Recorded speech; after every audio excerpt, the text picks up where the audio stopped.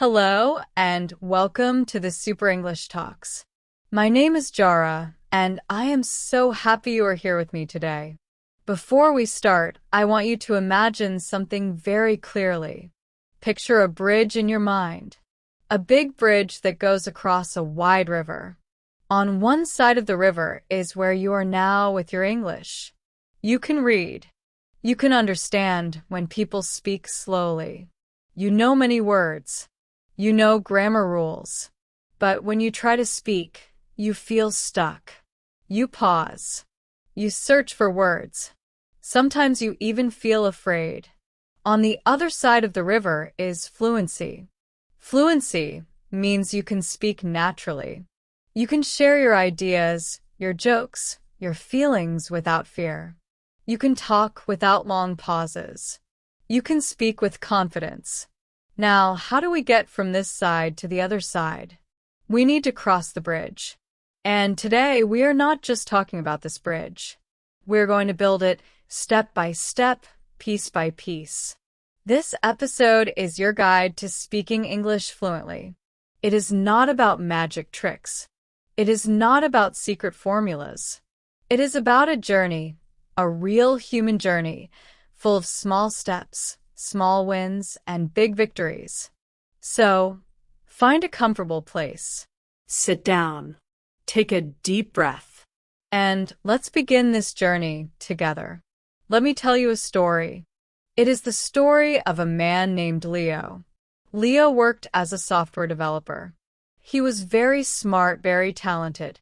He loved coding, and he was excellent at his job. One day, Leo's company gave him a great chance. They told him he could work in their main office in Chicago for 1 year. This was his dream. He always wanted to go abroad and work with an international team. But there was one big problem: English. Leo's English, as he said, was textbook English.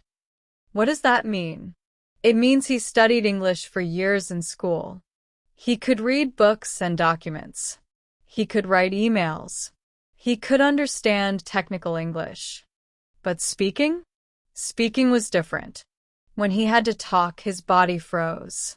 The idea of a meeting, a phone call, or even ordering a coffee scared him. His heart would beat fast. His hands would sweat. This fear came from a very painful memory. A few months before the Chicago opportunity, Leo's team had a video call with senior managers from America. Before the meeting, his boss told him, "Leo, they might ask you about the new feature you created. Be ready." For 1 whole week, Leo prepared. He wrote everything he wanted to say. He practiced in front of a mirror. He memorized sentences. He was so nervous, but he wanted to do well. Then the day of the meeting came. During the call, one manager from Chicago, a kind man named Mr. Harris, smiled and asked, "Leo, great work on that feature. Can you walk us through your process?" At that moment, Leo's mind went completely blank. It was like all the English words he knew disappeared. He opened his mouth, but only a few broken sounds came out. Inside, his brain was shouting, "Say something, say anything." But no words came. After a long silence, his local boss spoke for him. Leo turned off his camera. He sat there, full of shame, wishing he could disappear. That memory stayed with him. It made him believe something that was not true. He thought fluency meant perfection. He thought he needed a perfect American accent. He thought he could never make a grammar mistake. He thought he had to know every single word in the dictionary. This belief became a heavy wall between him and his dream.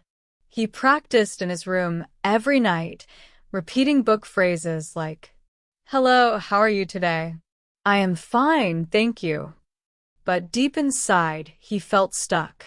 This is where Leo's story begins. And this is also where your story begins. Because maybe, like Leo, you have felt the same. You studied English for years. You know the rules. But when it's time to speak, The words hide from you. You feel nervous. You feel blocked. In this episode, we're going to break that wall. We're going to learn that fluency is not perfection. It is progress. It is confidence. And step by step, you can cross that bridge. So stay with me, and let's take the first step together. The words Leo studied always felt strange, like clothes that didn't fit his body. When he tried to have a practice conversation online, his mind would suddenly go blank. The memory of that painful video call came back again and again. The words he could read so easily in a book seemed to disappear when he needed to speak them. After trying a few times and failing, Leo began to believe a dangerous story. The story was, I am just not good at languages.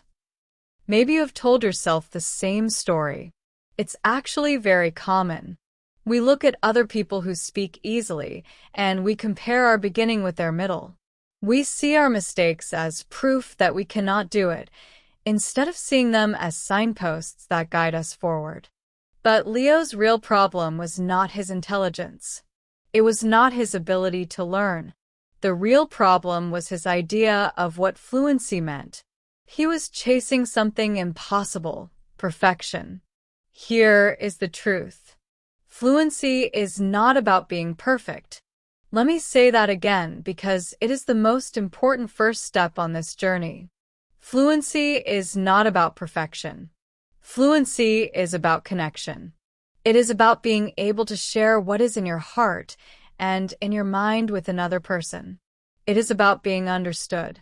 Think about your own first language. Do you speak it perfectly all the time? Do you sometimes forget a word? Do you make mistakes when you are tired or nervous? Of course you do. We all do.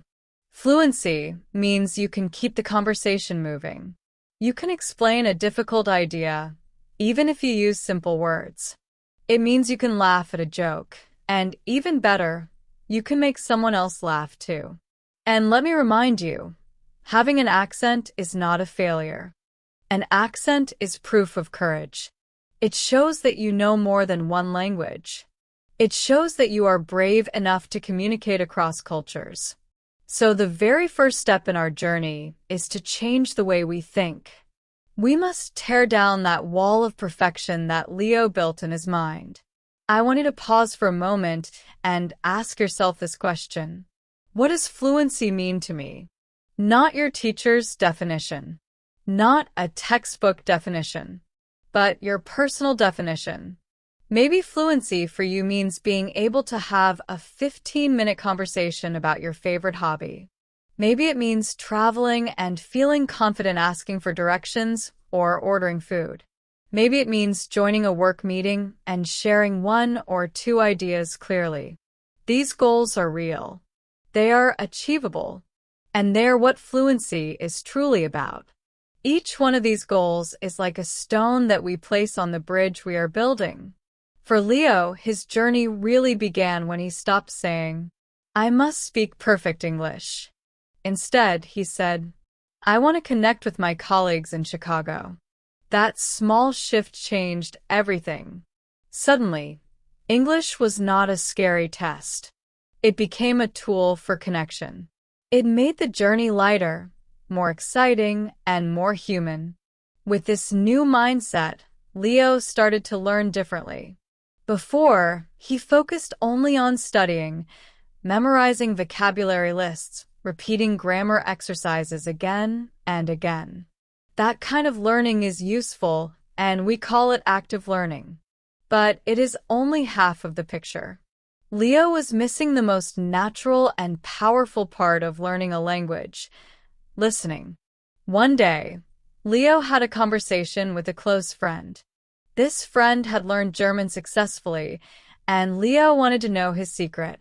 But the friend didn't hand him a book. He didn't say, study more grammar or memorize vocabulary lists. Instead, he gave Leo advice that sounded very strange.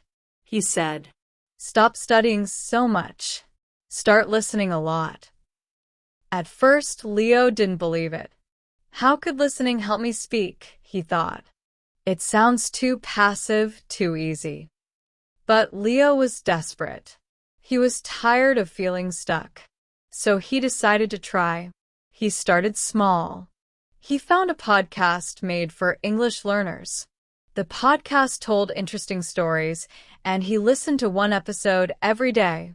At the beginning, it was very difficult. He could only catch a word here, a phrase there. His mind often wandered. Sometimes he felt frustrated because he couldn't understand every single word.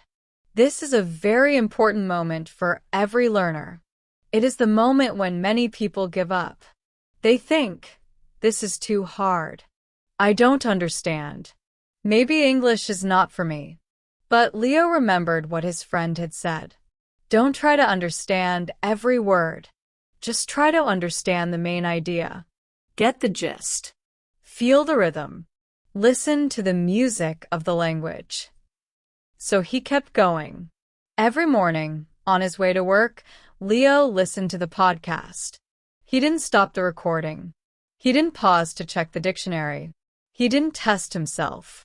He just listened. He remembered one episode very clearly. It was about a man who traveled across Canada on a bicycle. At first, it was only a stream of sounds. But soon he started to hear familiar words. Bicycle, mountains, rain.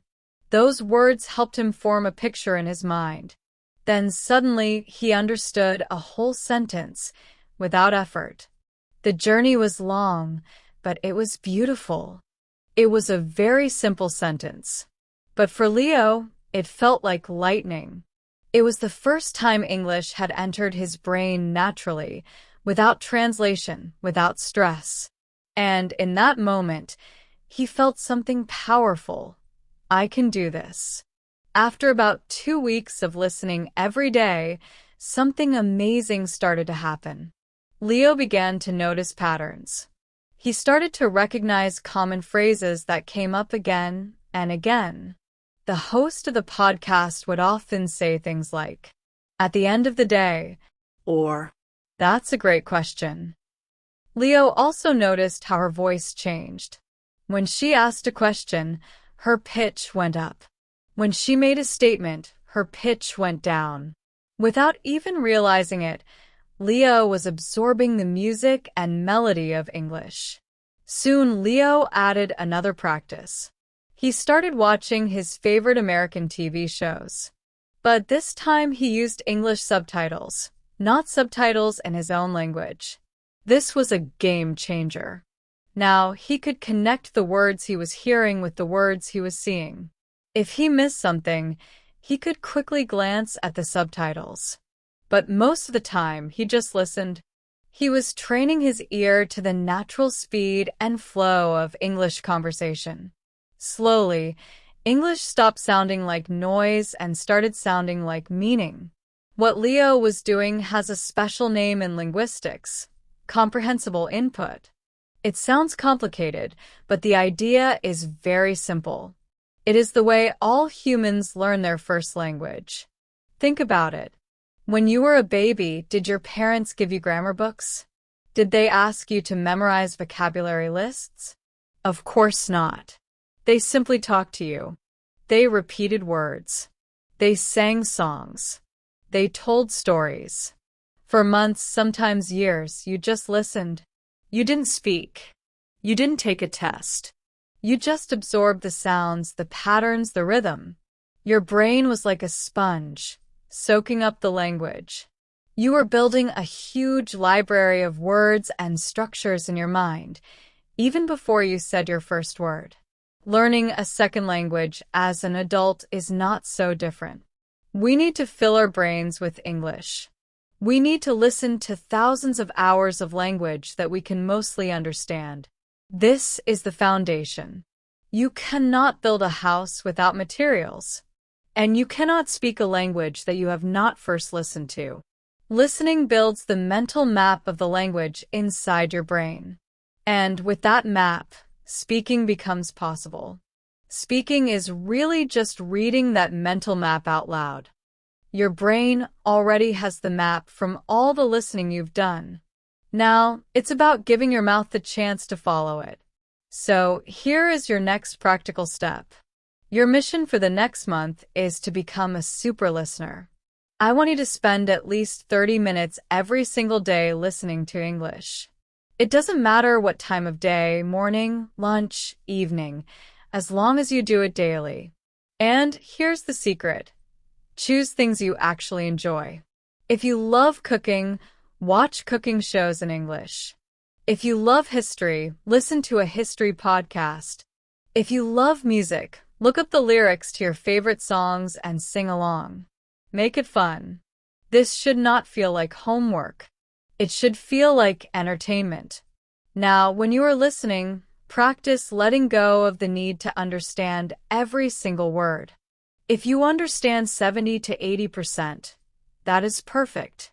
Don't panic about the other 20 to 30%. Your brain is smart. It will figure out the meaning from context. Think of yourself like a detective. You don't need every clue to solve the puzzle.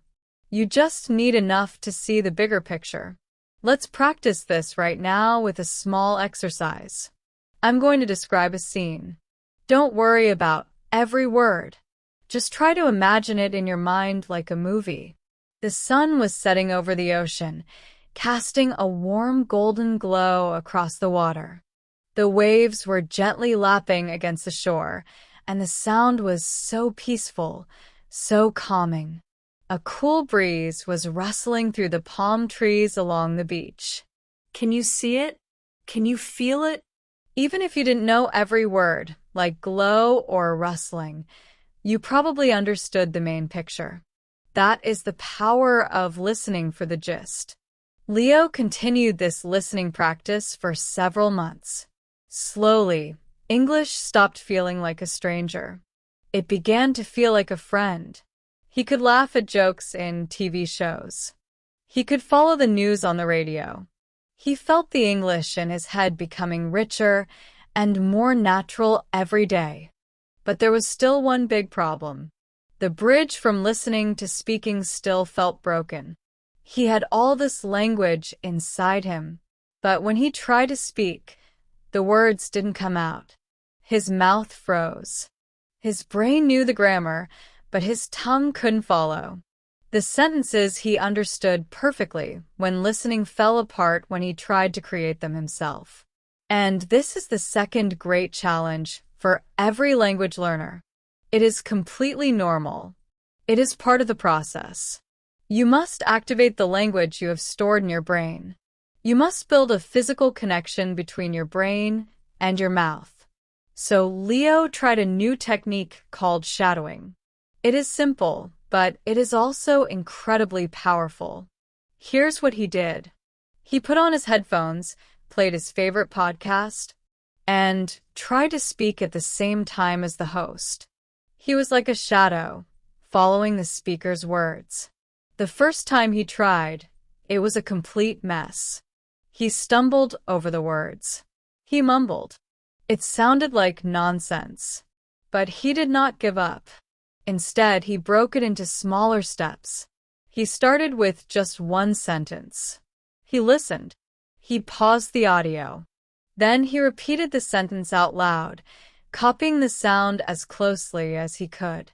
He focused on the music of English, the rhythm, the intonation, the way the voice went up and down. Not just the words, but the feeling of the words. Let's try it together right now. I'll say a sentence, and I want you to repeat it after me. Try to match my sound as closely as you can. Ready? It's a beautiful day to learn English. Go ahead, say it out loud. Good. Let's try another one, a little faster. I've been looking forward to this all week. Your turn. And one more. Pay attention to how the words connect together. What are you going to do tomorrow? Did you hear how what are you becomes whatcha in fast speech? This is shadowing. It feels strange at first, but it trains your mouth and your brain to work together. Speaking is simply reading the map of language out loud. But to speak well, you first need to prepare your mind and your mouth. So here is your next practical step. For the next month, I want you to become a super listener. That means you find at least 30 minutes every single day to immerse yourself in English. And I don't want you to treat this like boring homework. The key is to find something you actually enjoy. If you love cooking, watch cooking shows in English. If you love history, listen to a history podcast. If you love music, look up the lyrics of your favorite English songs and sing along. The important thing is that you enjoy the process. Because if it feels like fun, you will keep going. If it feels like work, you will stop. Now, when you are listening, here's a golden rule. Don't try to understand every single word. If you understand 70 or 80%, that is perfect. Your brain will slowly learn to guess the meaning of the rest from the context. This is a powerful skill. It is like being a detective, using little clues to solve the puzzle of meaning. Let's do a small exercise right now. I'm going to describe a scene. Don't worry about the exact words. Just try to build the picture in your mind. Ready? The sun was setting over the ocean. The sky turned orange and gold. The waves touched the shore gently, and the sound was soft, calming, peaceful. A light breeze moved through the palm trees by the beach. Can you see it?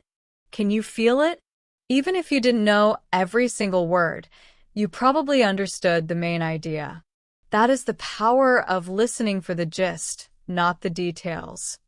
Leo followed this habit for several months. He listened every day, and something inside him started to change. English no longer felt like a stranger. It no longer felt like a hard enemy. It started to feel like a friend. He could understand jokes in TV shows. He could follow the news on the radio. The English in his head was becoming richer, deeper, more natural. But there was still one big problem. The bridge from listening to speaking felt broken. He had so much English in his head, but when he tried to speak, the words would not come out. His mouth froze. His tongue didn't know how to move.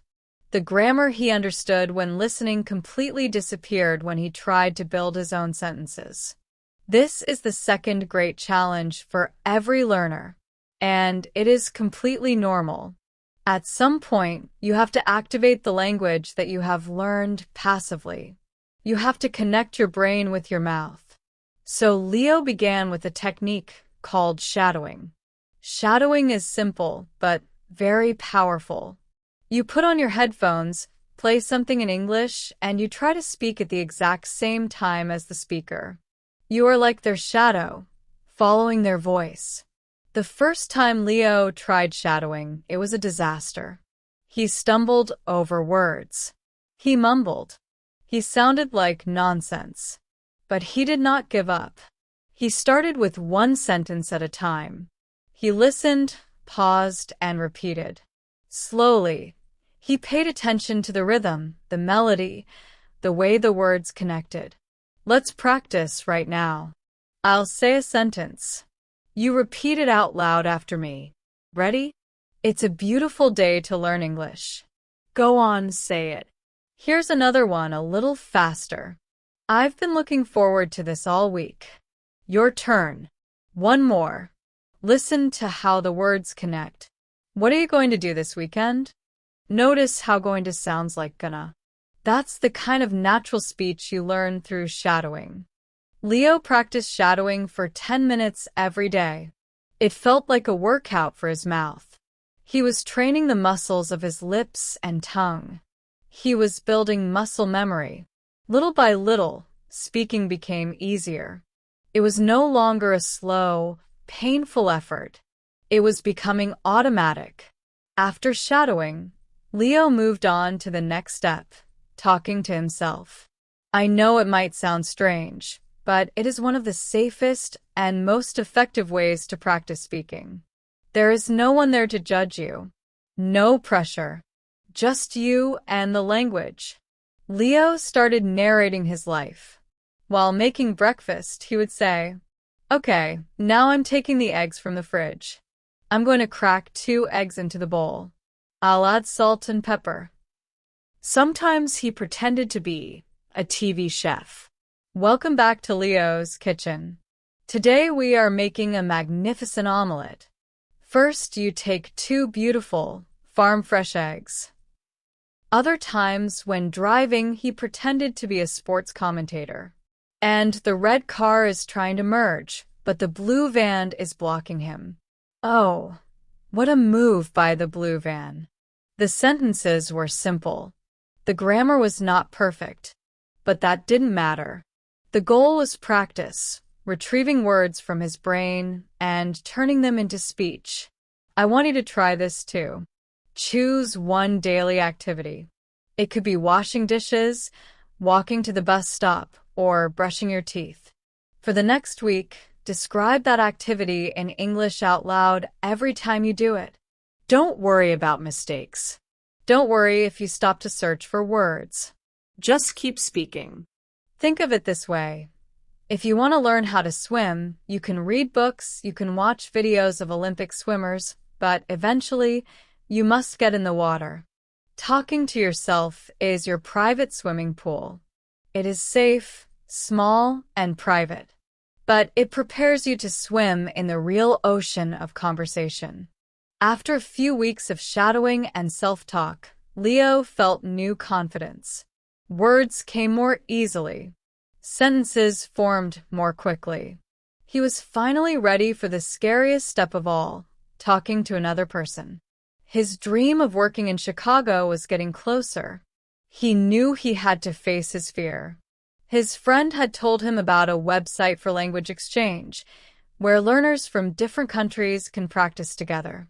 So, with a pounding heart, Leo created a profile. A few hours later, he got a message. It was from a woman named Emily from Chicago. She wanted to practice his language, and she offered to help him with English. Leo stared at the message. His hands were shaking. This was the moment he had been preparing for.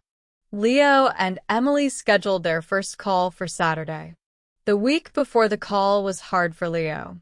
Every day, his mind filled with doubts. He almost canceled 3 times. All his old fears returned, whispering in his ear. What if I don't understand her? What if I make a fool of myself? What if I freeze again, like last time? That is the voice of fear. And fear always tries to protect us. It wants to keep us safe inside the comfort zone. But Leo knew the truth. Growth never happens in the comfort zone. Growth begins the moment you step outside. So on Saturday, Leo sat down at his computer. He took one long, deep breath. His hands were shaking as he pressed the call button. The first 5 minutes were just as terrible as he imagined. His mind went completely blank. Emily smiled and asked, "So, what do you do for fun?" Such a simple question. But Leo couldn't answer. His hobbies disappeared from his mind. All he managed to say was, I like things. His face turned bright red. He wanted to hang up, to escape, to hide. And then something unexpected happened. Emily smiled warmly and said, "It's okay. Take your time. My first time speaking your language, I accidentally told someone their cat was a potato."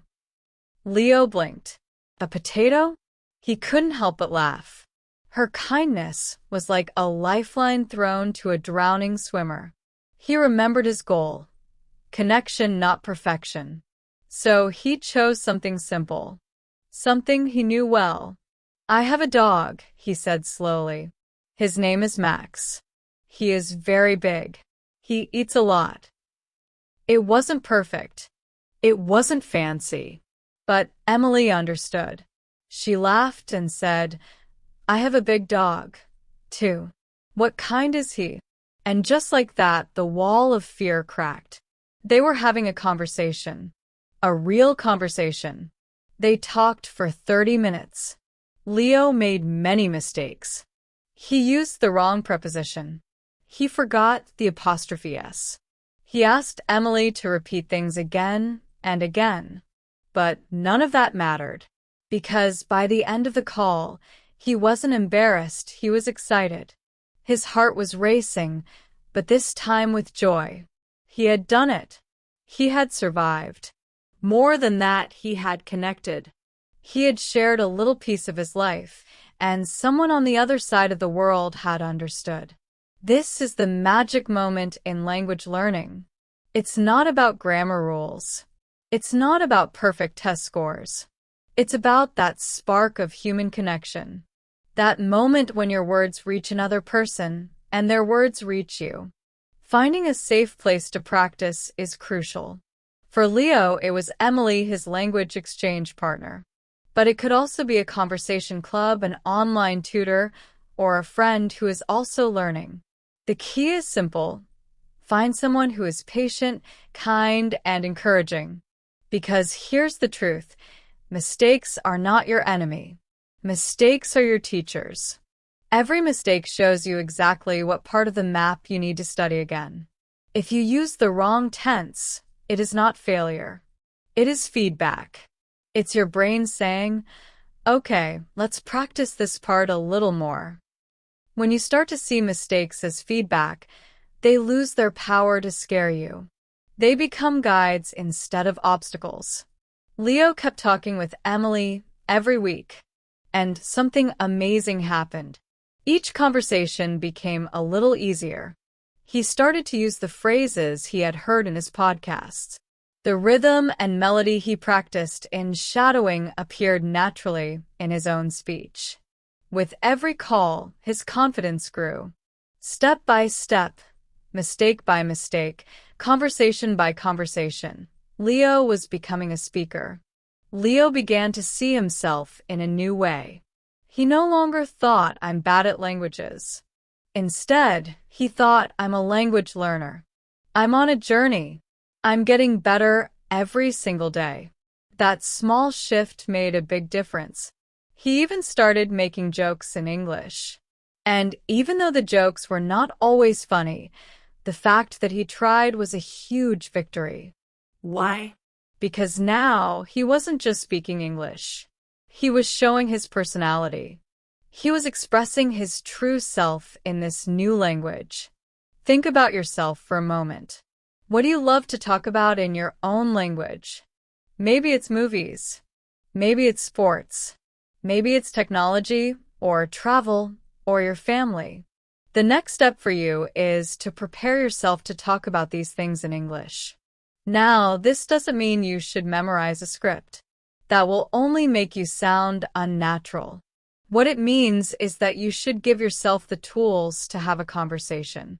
This is exactly what Leo did. Before his calls with Emily, he would spend 10 minutes thinking about what they might talk about. If he thought they would talk about their weekend, he looked up a few key words. For example, hiking, barbecue, exhibition. He wasn't memorizing full sentences. He was just collecting tools, putting them into his toolbox. Then, during the conversation, when he needed a word, he already had it ready. This little bit of preparation reduced his anxiety and gave him confidence. And now, I want to give you a mission. Your next mission is this. Find one opportunity to speak English with another person this week. Just one. It doesn't have to be big. It can be very small. Maybe you order your coffee in English. Maybe you ask a tourist for the time. Maybe you join a conversation app online and talk for 10 minutes. Before you do it, take 5 minutes to prepare. Think about what you might say. Look up 2 or 3 words that could be useful. That's it. The goal is not to have a perfect conversation. The goal is simply to start. To take one small step outside your comfort zone. Remember Leo's first call with Emily? It was awkward. It was embarrassing. He froze. But that call was the most important step of his entire journey. It was the moment he started to build the final section of his bridge to fluency. Months passed. Leo's English transformed. He was no longer just a listener. He was a participant. His conversations with Emily became the highlight of his week. They talked about work. They talked about culture. They even talked about their dreams for the future. And yes, Leo was still making mistakes. But mistakes didn't bother him anymore. They were just part of the process. Finally, the time came for him to move to Chicago. Of course, he was nervous. But it was a different kind of nervousness now. Not the fear of failure. It was the excitement of a new adventure. On his very first day at the Chicago office, Leo walked into a team meeting. A few years earlier, this kind of situation would have been his worst nightmare. He sat at the big conference table. His manager opened the meeting, talking about project goals and new deadlines. Leo listened carefully, and to his surprise, he understood. Then his manager turned to him and said, "Leo, you've done a lot of work on this component.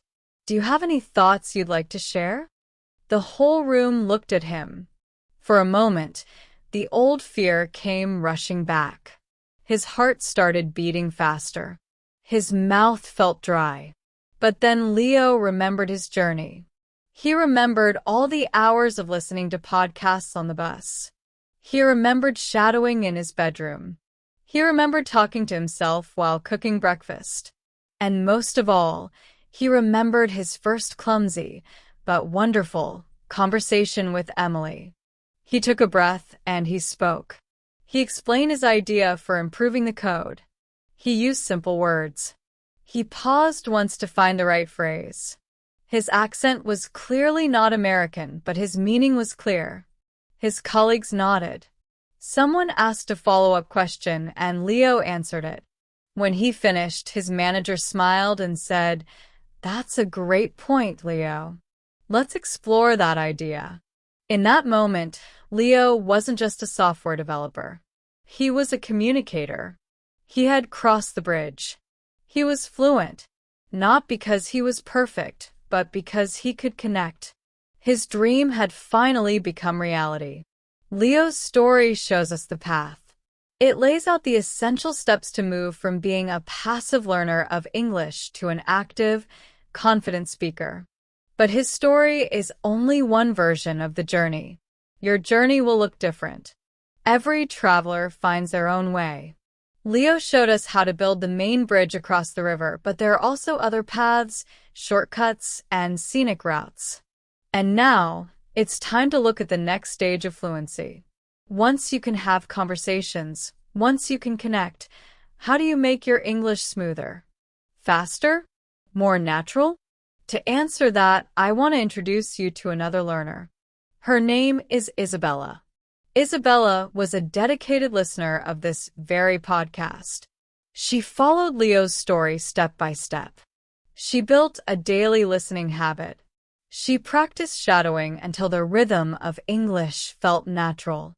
She even overcame her fear of speaking and found a wonderful language exchange partner from Ireland named Olivia. On the surface, Isabella was doing everything right. She could communicate. She could share her ideas. She could hold a real conversation. But she felt slow. She said it was like her brain was always buffering, like a video that keeps stopping to load. Let me take you inside one of Isabella's conversations so you can feel what it was like. Olivia might say something like, "So, we had a crazy storm last night. The wind was howling like mad. Now, let's pause here." From Olivia's side, this is just a normal, friendly comment.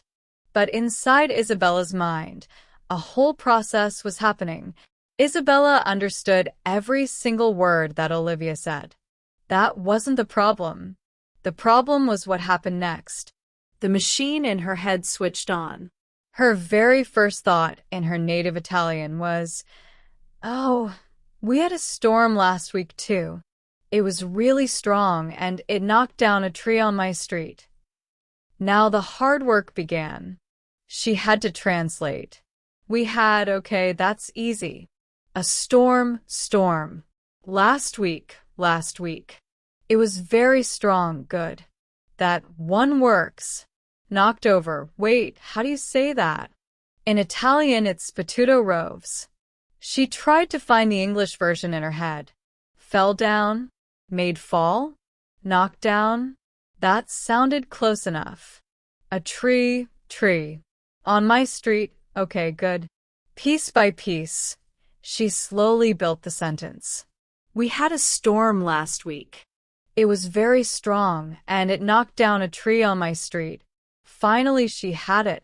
The sentence was ready. She opened her mouth to say it. But by then, Olivia had already moved on to a different topic. The moment was gone. Isabella just nodded politely and said, "Oh, wow." This was her biggest frustration. She could understand, but she couldn't keep up. She described it like living with a constant delay, like a video that keeps stopping to buffer. The wall standing between Isabella and true fluency was the wall of translation. Many learners believe that translation is a necessary step, and in the very beginning, it can be helpful. But to move into real fluency, you must learn how to break this habit. Because constantly translating is like trying to swim with a heavy backpack. You can move forward, but it's slow, it's heavy, and it will never feel smooth. The goal is to take off the backpack. The goal is to think directly in English. Now, I know what you might be thinking.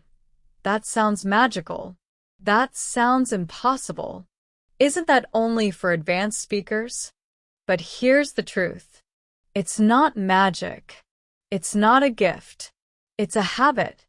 And like any habit, it can be built step by step with small, simple, consistent practice. You don't wake up one day suddenly thinking in English. You build up to it level by level. And the very first level, the most basic and most powerful step, is this. Label your world. Right now, as you're listening to me, look around you. What do you see? Maybe there's a window, a table, a cup, A book. a pen. For the next week, I want you to practice silently labeling the objects in your environment in English, but only in your mind. So when you walk into your kitchen, don't think of the word in Italian or French or Japanese. Just think the English word, refrigerator. When you pick up your phone, think phone. When you sit on a chair, think chair. When you see a car, think car. This is a silent game you can play all day long. Walking to the bus stop, think tree, road, building, sky. At first, it will feel like an exercise. You'll have to remind yourself to do it. But after a few days, something amazing happens. You start to do it automatically. You'll see a dog on the street, and the word dog will appear in your head before your native word does. That's the first step to breaking the translation habit. You're creating a direct link between the world around you and English, with no middleman, no translation. Once you are comfortable thinking in single English words, it's time to move to level 2, narrating your life in simple sentences. This is very similar to the talking to yourself exercise we practiced with Leo, but now you can start by doing it silently in your head. When you wake up in the morning, your internal monologue can be very simple. I am awake now. I am tired. I need to get out of bed. As you brush your teeth, you can think, I am brushing my teeth. I need to do this for 2 minutes. This toothpaste is minty. Remember, the sentences should be simple. We are not writing a novel. We are building a new habit. We are creating a space in your mind where English lives. Isabella started doing this. At first, it was hard. Her brain felt tired from all the effort. It wanted to switch back to the comfort of Italian. But she was patient with herself. She started small, just 5 minutes a day. She called it her English bubble time. While making her morning coffee, she tried to have her internal monologue only in English. I am getting the coffee. I need a filter. I am pouring the water. After a few days, those 5 minutes became 10. Then she started practicing on her walk to work. Slowly but surely, the English pathways in her brain grew stronger. This brings us to level 3, making simple decisions in English. Every day, we make hundreds of small decisions. These are perfect opportunities to practice thinking in English. When you open your closet in the morning, instead of thinking in your native language, try to have the debate in English. What should I wear today? It looks cold outside. I think I will wear the blue sweater. Yes. And the gray trousers. When you look at a menu in a restaurant, do the same thing. What should I get? The pasta looks delicious, but the fish sounds healthier. I think I'll have the fish today. By using English for these small, everyday decisions, you are taking your thinking to a much deeper level. You're not just describing what you see, you're reasoning, planning, and choosing in English. This is a huge step toward true fluency. Isabella practiced these 3 levels diligently. She labeled her world. She narrated her actions. And she started making small decisions in English. Then one afternoon, about a month into this new practice, something incredible happened. She was walking home from work, and she felt a drop of rain on her arm. Without any conscious effort, a thought appeared in her mind. Oh, it's starting to rain. I hope I have my umbrella. She stopped in the middle of the sidewalk. She was shocked. The thought had not been in Italian first. It appeared directly in English. It was completely natural, spontaneous. For the first time, English didn't feel like a foreign language she was studying. It felt like one of her languages. This was a breakthrough moment, a sign that the wall of translation in her mind was finally beginning to crumble. This is the goal, to think directly in English. It doesn't happen overnight, but with consistent, mindful practice, you can do it. You can train your brain to skip the translation step and start thinking straight in English. Your mission, if you're ready to accept it, is to create your own English bubble. Start small. Just 5 minutes a day is enough at first. Choose a time when you are alone and can focus. Maybe it's while you're in the shower. Maybe it's when you're washing the dishes, or walking your dog, or making your morning coffee. During this time, commit to thinking only in English. Start with level 1, labeling what you see. Look around and name everything in English. The table, the cup, the chair, the window, the phone. Simple words. Just in your mind. When that feels easy, move to level 2, narrating in simple sentences. Describe your actions in English. I am brushing my teeth. I am making coffee. I need to put sugar in the cup. And when you are ready, move to level 3, making small decisions in English. These are everyday choices. What to wear, what to eat, which route to take. Think through these decisions in English. Don't worry if your native language sneaks in. That's normal. Just gently guide your thoughts back to English. Think of it like meditation. You are training your mind. You're building a habit. And this is one of the most powerful things you can do to speed up your journey to fluency. As Isabella practiced this daily, she noticed big changes in her conversations with Olivia, her language partner. The long, awkward pauses became shorter. The conversations felt smoother. She could understand more and respond faster. But then she noticed a new problem. She kept using the same simple words over and over. Good, nice, interesting. She knew thousands of words from her studies, but in real conversation, only a few came to mind. She wanted to be more expressive. She wanted her English to feel alive, colorful, and natural. So she decided to focus on expanding her active vocabulary. She downloaded a vocabulary app and started learning new words, magnificent, serene, ambiguous. At first, it felt exciting. She was learning beautiful words. But when she tried to use them in conversation, they sounded strange.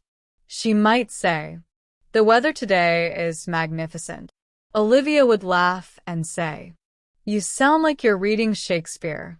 We would just say, "It's gorgeous out." Isabella realized her problem. She was learning words in isolation. A single word is like a single musical note. You can't make music with just one note. You need chords, rhythms, and melodies. In English, these combinations of words are called chunks or collocations. Native speakers don't think in single words. We think in phrases. We use groups of words that naturally go together. For example, make a mistake, not do a mistake. Take a break, not do a break.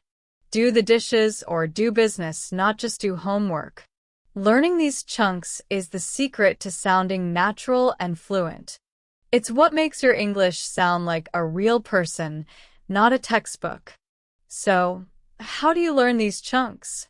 The first step is to become a noticer. When you listen to podcasts, watch movies, or read books, start paying attention to how words naturally group together. Don't just look for single new words. Look for interesting phrases, patterns, and expressions. Keep a notebook just for these phrases. Isabella called hers a chunk book. Every time she noticed a new combination of words, she wrote it down. Over time, these chunks start to come to mind automatically when you speak. You won't have to think about each word separately. You will start speaking more naturally, more smoothly, and with more personality. When you hear a phrase in English that sounds natural and useful, pause and write it down. For example, you might hear a character in a movie say, "To be honest, I'm not really a fan of horror movies." The phrase, "to be honest," is a chunk, a group of words that naturally go together. It's perfect for giving your opinion. Another chunk in the sentence is, "I'm not really a fan of," which sounds much more natural than saying, "I do not like." Isabella started her own chunk book. She wrote down phrases she heard Olivia use like, "I'm looking forward to the weekend. I can't make it on Friday." That sounds like a plan.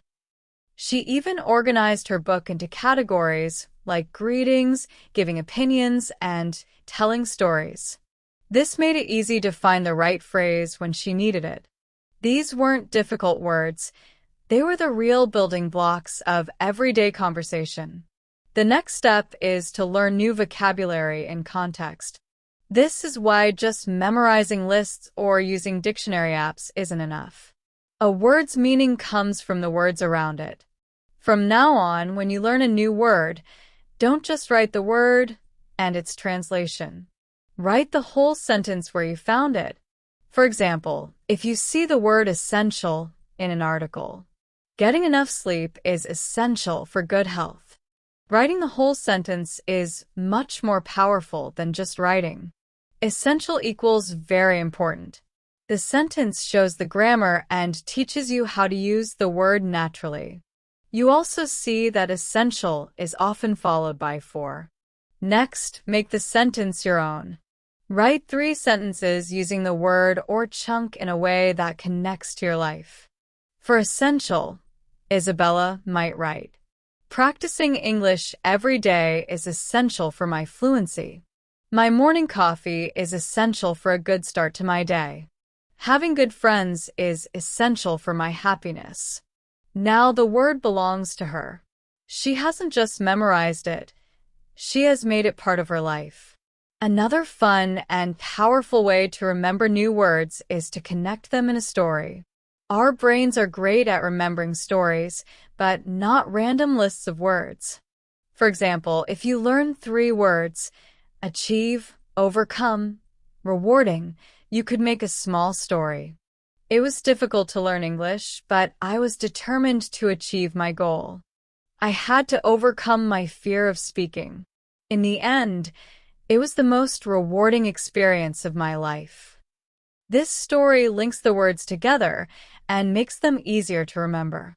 At first, Isabella's new phrases felt a little forced. It didn't always come naturally. But soon, she noticed something wonderful.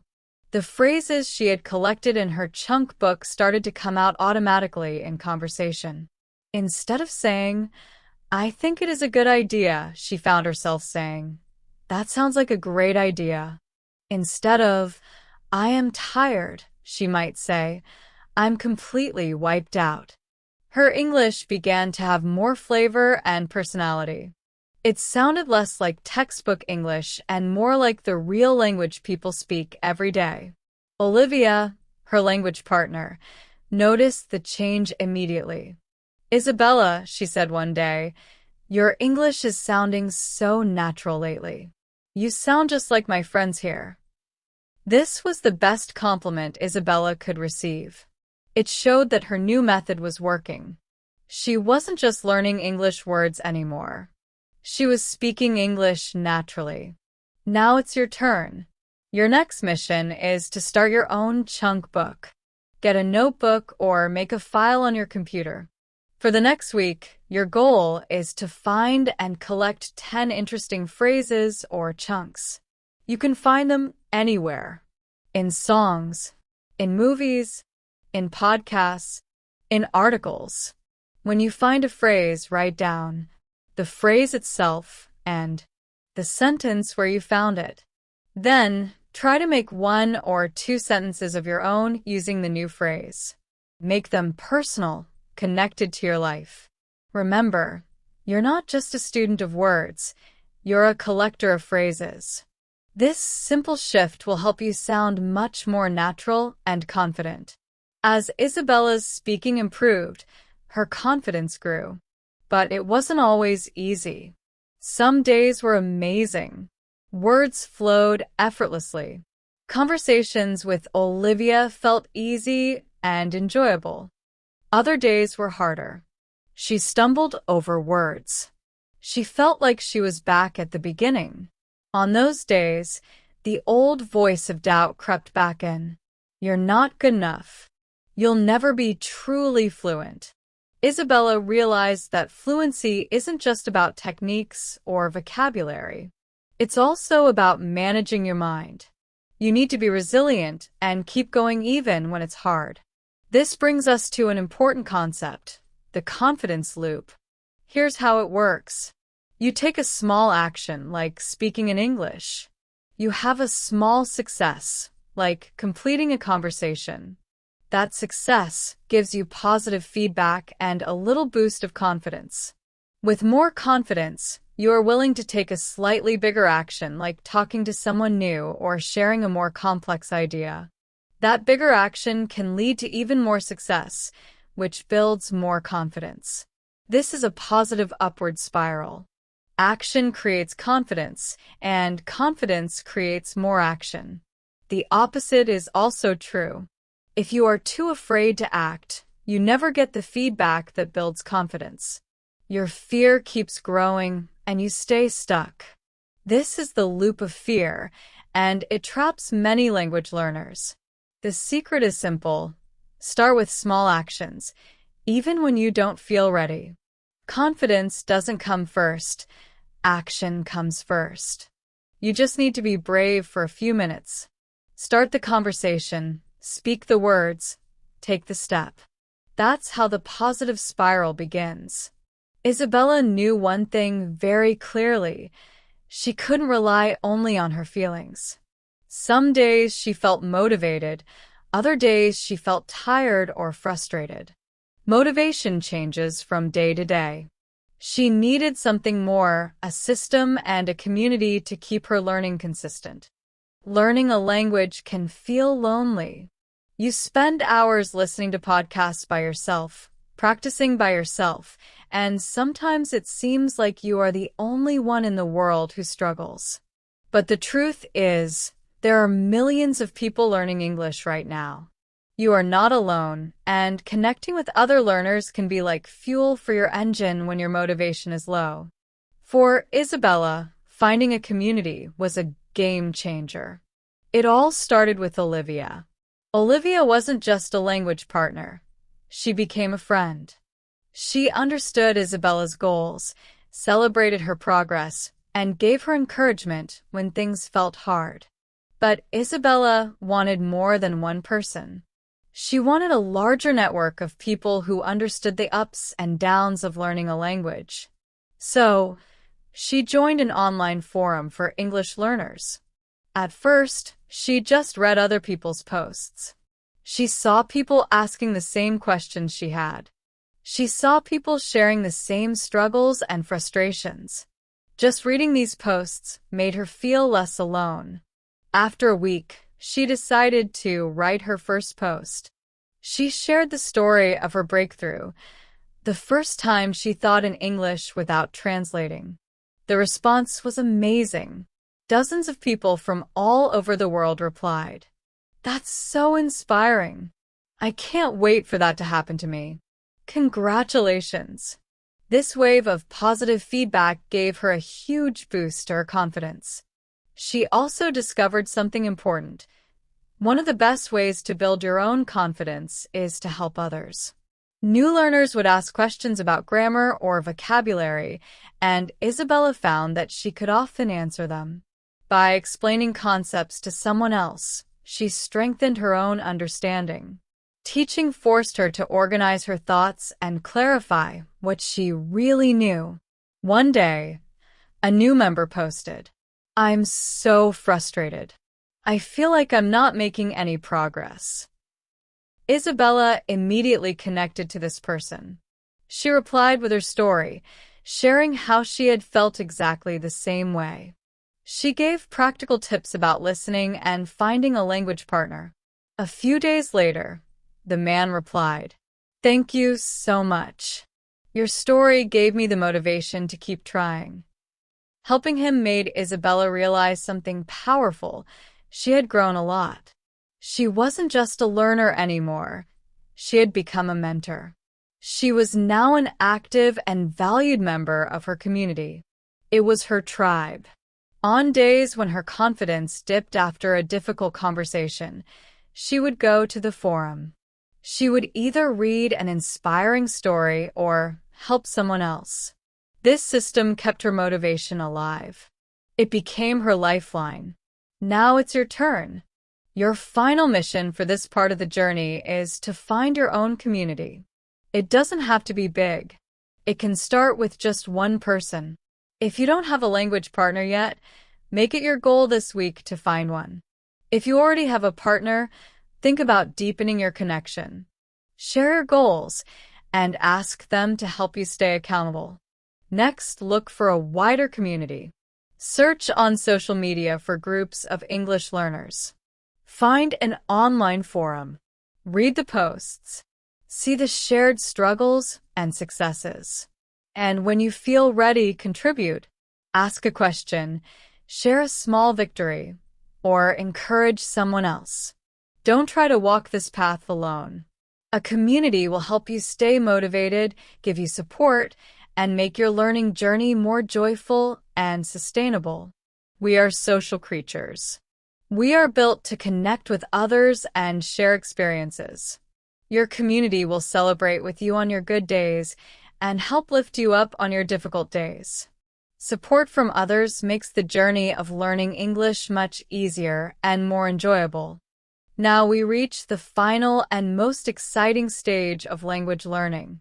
We have seen Leo build his bridge to English. He gained the technical skills to communicate and became confident in speaking. We have also followed Isabella as she crossed the bridge with natural speed and ease. But what is waiting on the other side? It's more than just communication. It is about expression. It's about feeling at home in English, not just visiting. This stage is where you find your unique voice, where you can play with words and express yourself fully. This is when English truly becomes yours. Isabella continued her journey. She was now a confident speaker. She could discuss complex topics at work. She could chat easily with Olivia and her other friends. But there was still something missing. In her native Italian, Isabella was known for being funny and witty. She loved making her friends laugh. But in English, she was clear and correct, but she wasn't funny. She wasn't fully herself. She asked Olivia one day, "How can I be funny in English? It feels impossible." Olivia smiled. "It's not impossible. It's just the final level of the game. Being funny in English is about understanding culture and learning to play with words." So Isabella started a new kind of study. She watched classic American and British sitcoms like Friends and The Office. But she watched them carefully, like a detective. When the audience laughed, she would pause and replay the scene. She asked herself, "Why is this funny?" She realized that humor could come from different things. Sometimes it was the situation, like someone tripping or spilling a cup of coffee. Sometimes it was language itself, like sarcasm, irony, clever wordplay, or puns. She created a new section in her chunk book just for humor. She wrote down funny phrases and, importantly, the context in which they were used. For example, she learned that the phrase "yeah, right" could mean two opposite things. If said in a certain tone, it could mean "I agree." But with a different tone, it could mean "I don't believe you at all." Humor, she realized, is not just words. It's about performance, tone, and timing. Her first attempts at making jokes in English didn't go perfectly. She tried repeating a complex joke from a comedy special, but her timing was off and the punchline didn't land. Olivia explained the cultural reference she had missed. Isabella felt frustrated, but she remembered the most important rule: connection, not perfection. She didn't give up. Instead, she started small and simple. She practiced gentle observational humor, making jokes about small, everyday moments. One day, during a video call with Olivia, Isabella's cat jumped onto her desk and walked in front of the camera. Instead of apologizing, she said spontaneously, "I'm sorry. This is my new manager. He is very demanding." Olivia burst out laughing. The joke wasn't planned. It was spontaneous, simple, and real. In that moment of shared laughter, Isabella felt a deep sense of achievement. She wasn't just speaking English anymore. She was creating joy with it. She was being herself. At this stage, you are no longer just a learner or a speaker. You are a creator. You can make people laugh, express your personality, and bring your thoughts to life in a new language. This is the true power of reaching the final stage of fluency. This leads to the next step in finding your voice in English. Now that you can speak clearly and naturally, the next goal is learning to express your opinions and emotions in a more detailed and nuanced way. In the beginning, we usually learn simple phrases. We say things like, "I like this, I don't like that, I am happy, I am sad."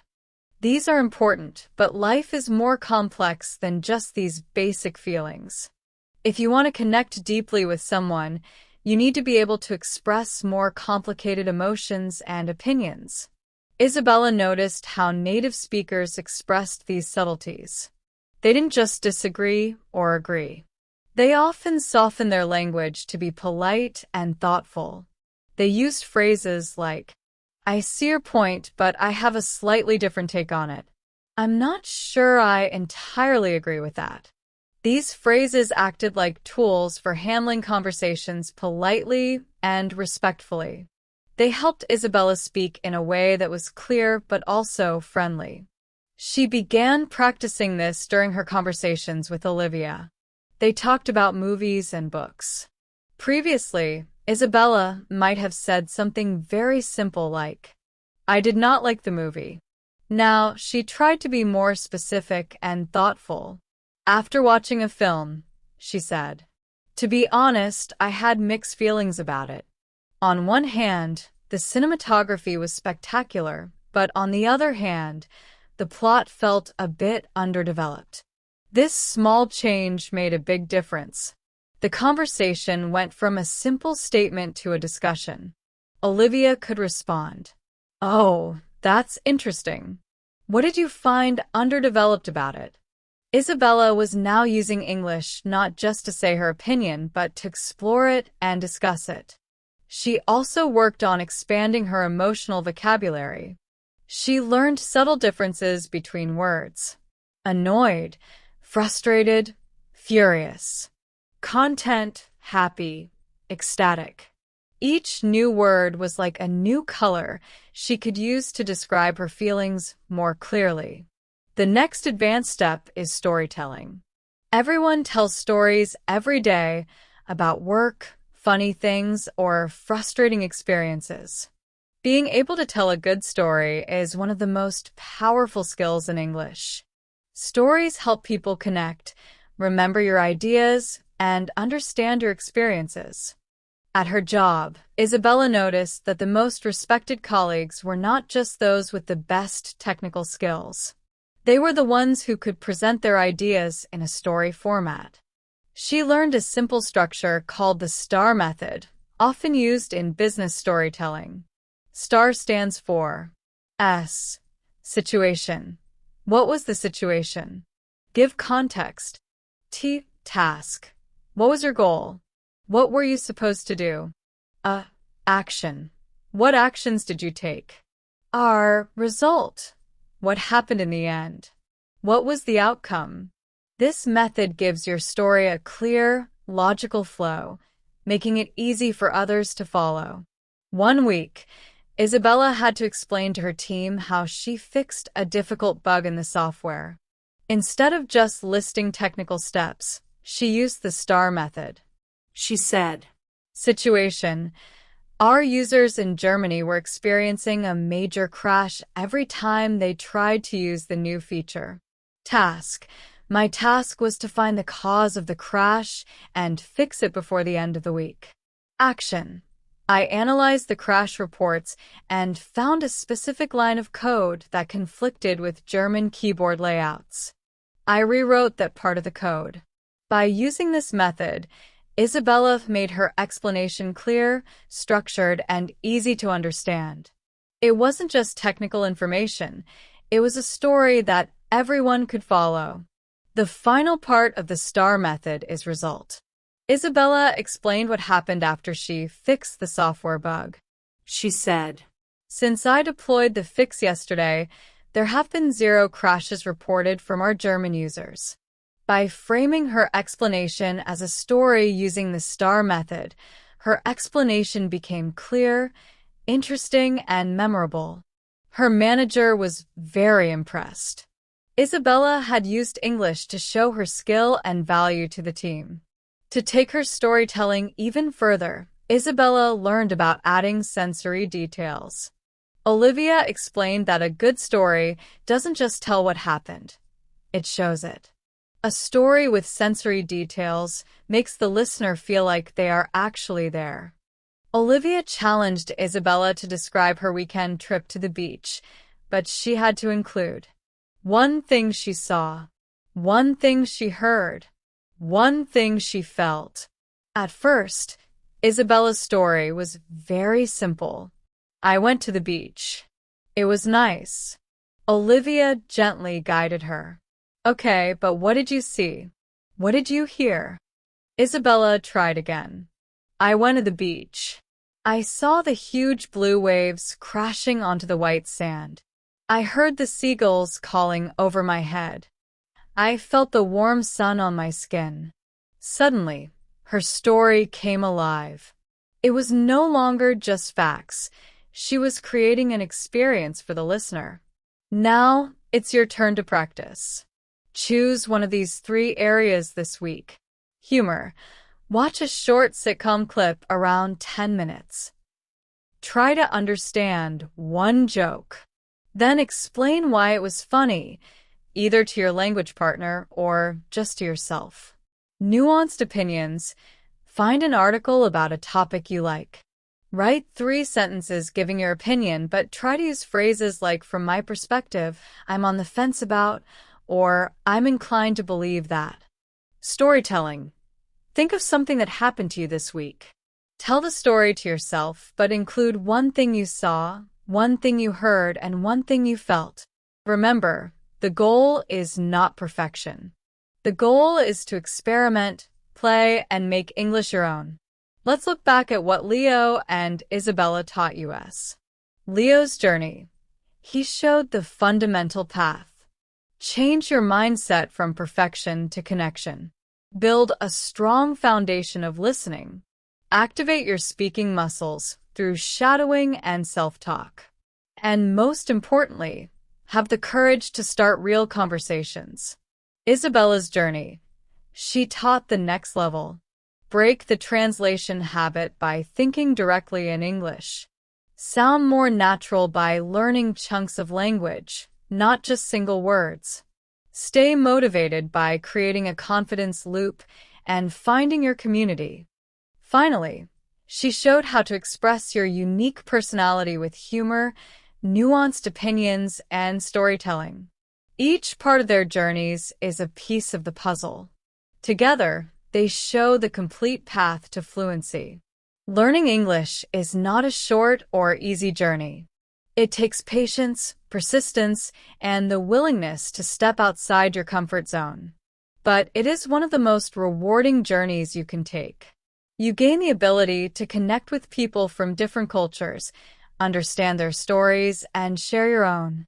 You don't just learn a language, you gain a way to connect with the world. This is a kind of magic. Learning English can make your world bigger. Your voice is important. You have unique ideas, stories, and experiences to share. English is not just something to study in a book or a class. It is a tool, a key that can open doors to new friendships, new opportunities, and new ways to understand the world. Do not let the fear of making mistakes keep you silent. Everyone makes mistakes. It's normal. The most important thing is to keep speaking. The world needs to hear what you have to say. Embrace your journey. Be patient with yourself. Celebrate your small victories. Laugh at your mistakes. And always remember, the ultimate goal is simple and beautiful: to connect with another human being. You already have what you need. You have the map and the steps. The journey of 1,000 miles begins with a single step. And you have already taken that first step by listening to this podcast today. That means you are already on your way. So keep going. Keep listening. Keep practicing. And most importantly, keep speaking. If this story and these ideas have helped you, share them with someone else. There are millions of people just like you, also learning English and building their confidence. Sharing what you learn can inspire them and help them on their journey too. To continue building your bridge to fluency with me, make sure to subscribe or follow this podcast on your app. Turn on notifications so you're the first to know when a new episode is ready. Each episode is designed to help you take one more step toward your goal. This is Jara from Super English Talks. Thank you for your time and attention today. It has been a pleasure to be with you. Now go out there and let the world hear your voice. Speak with courage. Speak with joy. Keep speaking because your ideas matter, your voice matters, and the world is waiting to hear you.